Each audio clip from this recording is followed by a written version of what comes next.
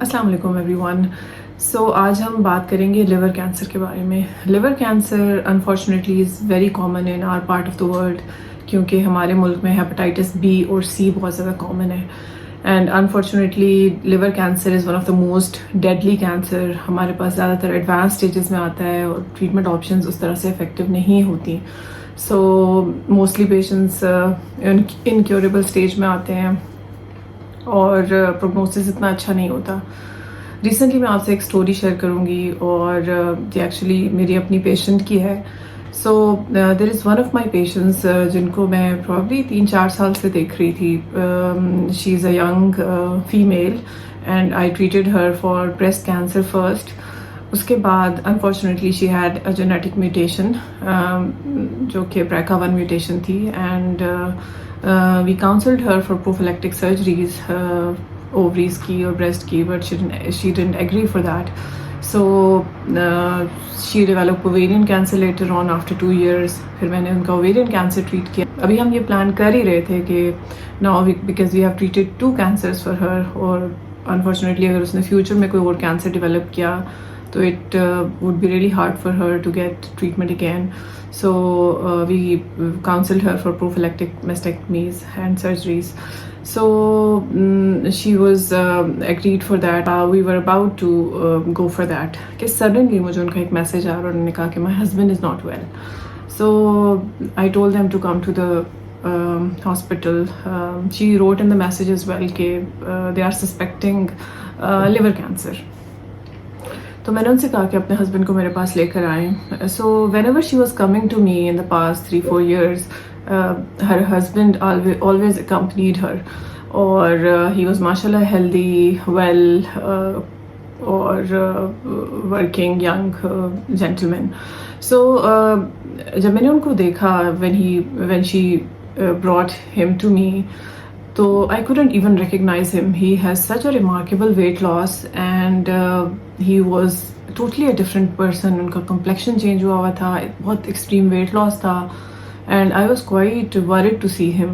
So then I looked at his reports and they told me he never had hepatitis B or C or any liver disease.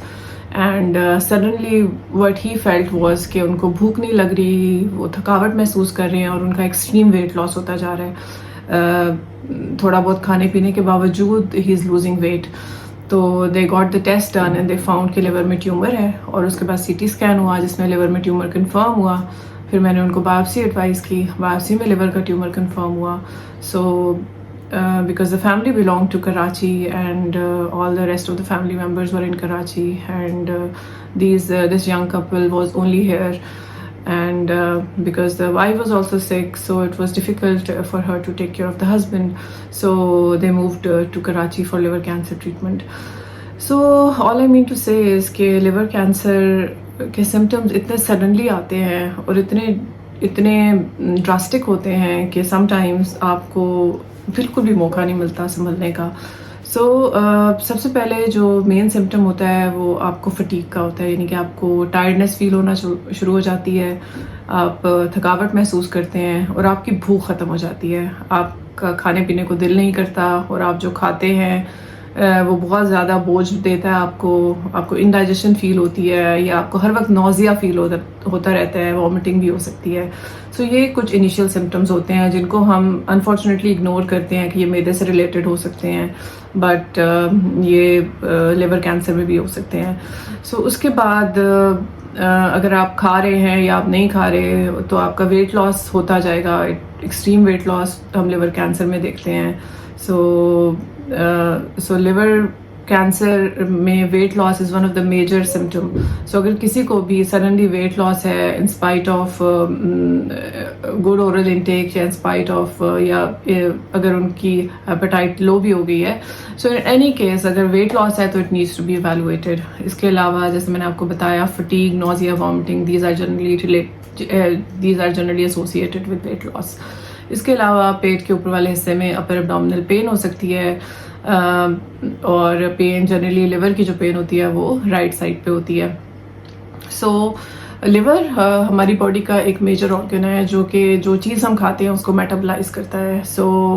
اگر آپ کا liver صحیح کام نہیں کر رہا تو آپ کا میٹابولزم صحیح نہیں ہوتا، اور آپ کی جو ہے وہ ایپیٹائٹ لو ہو سکتی ہے، آپ کو انڈائجیشن ہو سکتی ہے، آپ کو بلوٹنگ ہو سکتی ہے، اور اگر ایڈوانس سٹیجز ہوں گی تو آپ کو جوائنٹس ہو سکتا ہے، آپ کی آنکھوں کا رنگ پیلا ہو سکتا ہے، آپ کی اسکن کا کلر یلو ہو سکتا ہے، آپ کے یورین کا کلر ڈارک ہو سکتا ہے، آپ کے اسٹولز کا کلر لائٹ پیل ہو سکتا ہے۔ اس کے علاوہ آپ کو ایڈوانسڈ لیور ڈیزیز کے اندر آپ کے پیٹ کی سویلنگ ہو سکتی ہے، یعنی کہ پیٹ میں پانی آ سکتا ہے۔ تو یہ سارے سمٹمز لیور کینسر کے ہوتے ہیں۔ تو لیور کینسر کو ڈیٹیکٹ کرنا بہت ہی آسان ہے۔ اگر آپ کو اس طرح کی کوئی بھی سمٹمز ہوں، آپ اپنا سمپل الٹرا ساؤنڈ ایبڈومن کرائیں گے تو آپ کو پیٹ میں پانی بھی پتہ چل جائے گا، آپ کو اگر لیور میں کوئی ٹیومر ہے تو وہ بھی پتہ چل جائے گا۔ So it is very easy to diagnose liver cancer. So basically ultrasound ہمیں صرف ایک ہنٹ دیتا ہے کہ ہاں کوئی پرابلم ہے، پھر ہم فردر جو ٹیسٹ ہوتے ہیں ان میں سی ٹی اسکینس کراتے ہیں، کچھ بلڈ میں ٹیومر مارکرز کرائے جاتے ہیں۔ اس کے علاوہ پیشنٹس کے اندر باپسی بھی کرائی جاتی ہے، اور پھر ٹریٹمنٹ ڈیپینڈ کرتا ہے کہ لیور کینسر کی کون سی سٹیج ہے۔ سو دوبارہ سے میں لیور کینسر کے سمٹمز کو ریٹریٹ کروں گی کہ اگر آپ کو مسلسل فٹیگ ہے، ویٹ لاس ہے، بھوک کم لگ رہی ہے، کھانا پینا کم ہو گیا ہے، اس کے علاوہ پیٹ سوجنا شروع ہو گیا ہے، آنکھوں کا کلر پیلا پڑ گیا ہے، یا پھر اسکن کا کلر یلو ہو گیا ہے، آپ کے پیٹ کی سویلنگ کے ساتھ ساتھ باڈی کی سویلنگ بھی فیل ہو رہی ہے، اس کے علاوہ آپ کو ہلکا لو گریڈ فیور بھی ہو سکتا ہے لیور کینسر سے، اس کے علاوہ رائٹ سائڈ پہ ایبڈومنل پین بھی ہو سکتا ہے، پورے ایبڈومن میں پین ہو سکتا ہے، بلوٹنگ ہو سکتی ہے۔ تو اگر ان میں سے کوئی بھی سمٹمز اگر آپ کو ہیں تو get an urgent ultrasound abdomen done, get a few blood test done, see your local doctor. یہ سمپل سے ٹیسٹ ہیں، کوئی بھی ڈاکٹر آپ کو ایڈوائز کر دے گا، and at least the aim should be کہ ہم اس ڈیڈلی ڈیزیز کو ارلیسٹ پاسبل ڈائگنوز کر سکیں، تاکہ ہم آپ کو کوئی ایسا ٹریٹمنٹ بتا سکیں جو اس کو کیور کر سکے۔ So this was all for today, thank you very much.